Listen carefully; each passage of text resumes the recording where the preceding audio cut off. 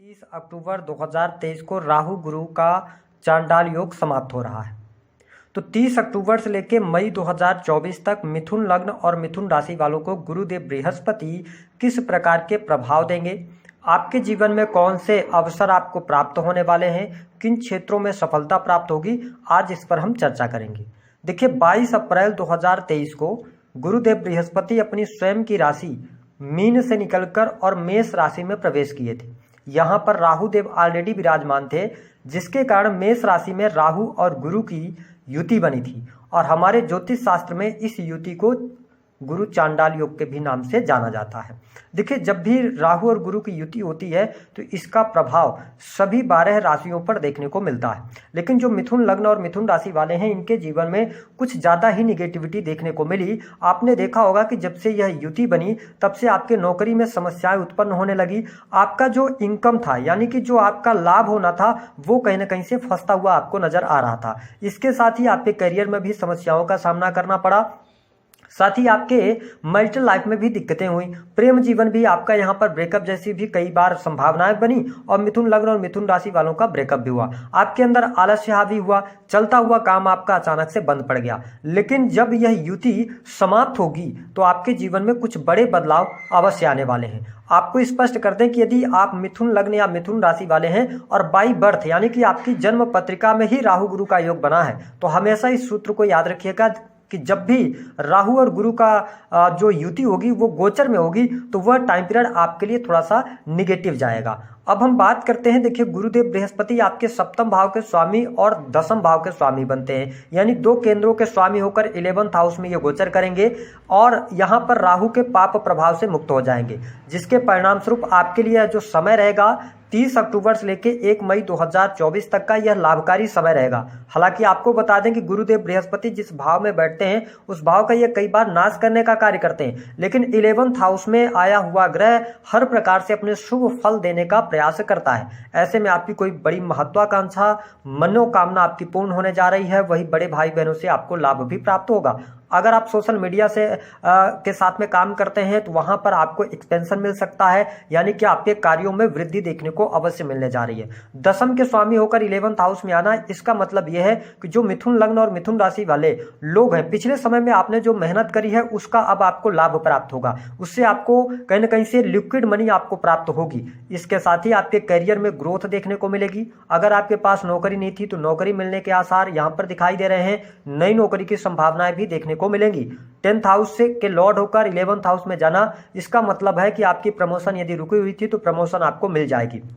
लेकिन मैं आपके लिए एक सजेशन दूंगा कि जो हमारे मिथुन लग्न और मिथुन राशि वाले जातक हैं, जैसे ही राहु गुरु का चांडाल योग खत्म होगा आपके पास में बहुत सारी नई नई अपॉर्चुनिटीज आने वाली हैं। कई अवसर आपके करियर को लेकर खुलेंगे। यहाँ पर आपको भ्रमित नहीं होना, यहाँ पर आपको शांतचित्त होकर अपने निर्णय लेना है और आपको सफलता प्राप्त होगी। इसके साथ जो मिथुन लग्न या मिथुन राशि वाले राजनीतिक क्षेत्र से जुड़ाव रखते हैं, आने वाला टाइम फ्रेम आपके लिए बहुत बढ़िया रहेगा। जनता का सपोर्ट मिलेगा, आप जैसा चाहेंगे वैसी चीजें आपके अनुसार चलेंगी। और विशेष तौर पर एक बात और बता दें कि जिन लोगों के जीवन में यदि राहु की महादशा चल रही है तो आप समझिए कि आपके जीवन में बहुत बड़े बदलाव, बहुत बड़े चेंजेस देखने को अवश्य प्राप्त होने वाले हैं। इसके साथ ही अगर देखा जाए तो गुरुदेव बृहस्पति की जो दृष्टि है वो पंचम दृष्टि आपके 3rd हाउस पर डाल रहे हैं। इसका मतलब यह है कि आपके साहस और पराक्रम में वृद्धि होगी।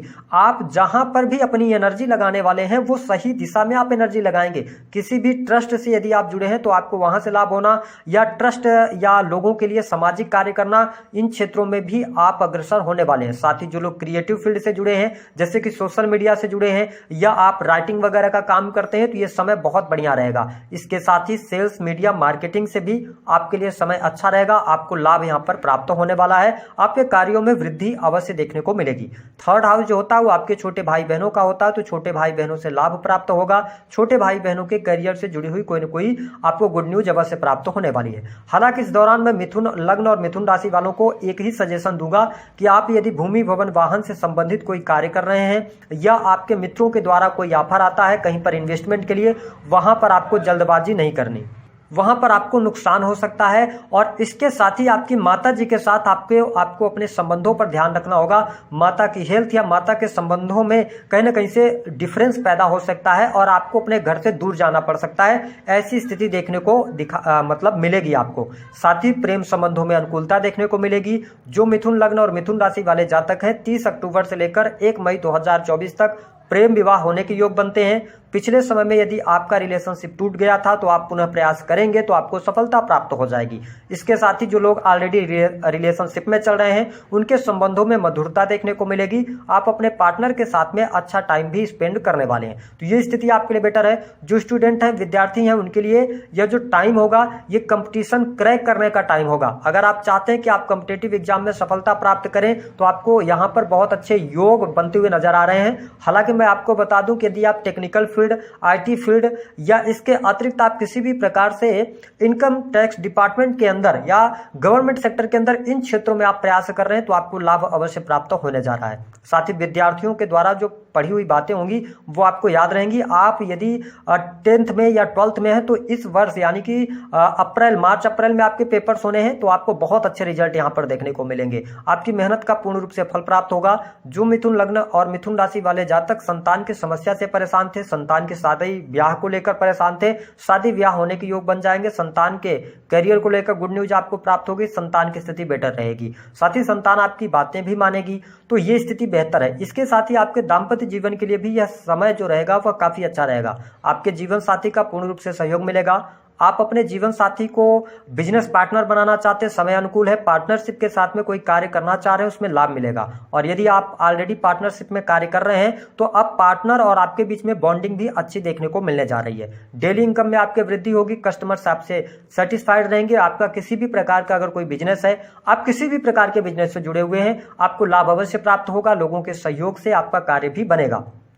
साथ ही आपको स्पष्ट कर दें कि यहाँ पर एक बात का अवश्य आपको ध्यान रखना है। जो मिथुन लग्न और मिथुन राशि वाले जातक हैं कि थोड़ा सा आपको क्या करना है कि अपनी जिम्मेदारियों को आपको समझना है। अगर आप किसी भी चीज में जिम्मेदारी नहीं लेंगे तो फिर आप कहीं ना कहीं से पीछे होते हुए अपने आप को पाएंगे। तो हर एक चीज में बढ़ चढ़कर आप जिम्मेदारी लें, अपने परिवार की जिम्मेदारी लें, अपने करियर के प्रति आप मतलब जिम्मेदार हो जाएं तो आपके लिए बहुत अच्छा समय रहेगा। हालांकि एक बात का ये ध्यान रखना है कि पिता के साथ में वैचारिक मतभेद हो सकते हैं। ऐसी स्थिति देखने को मिलेगी। जो लोग टूर एंड ट्रेवल के कार्यों से जुड़े हुए हैं उनके लिए लाभकारी समय रहेगा। विदेश से जुड़कर आप काम कर रहे हैं तो आपके लिए लाभ अवश्य प्राप्त होगा।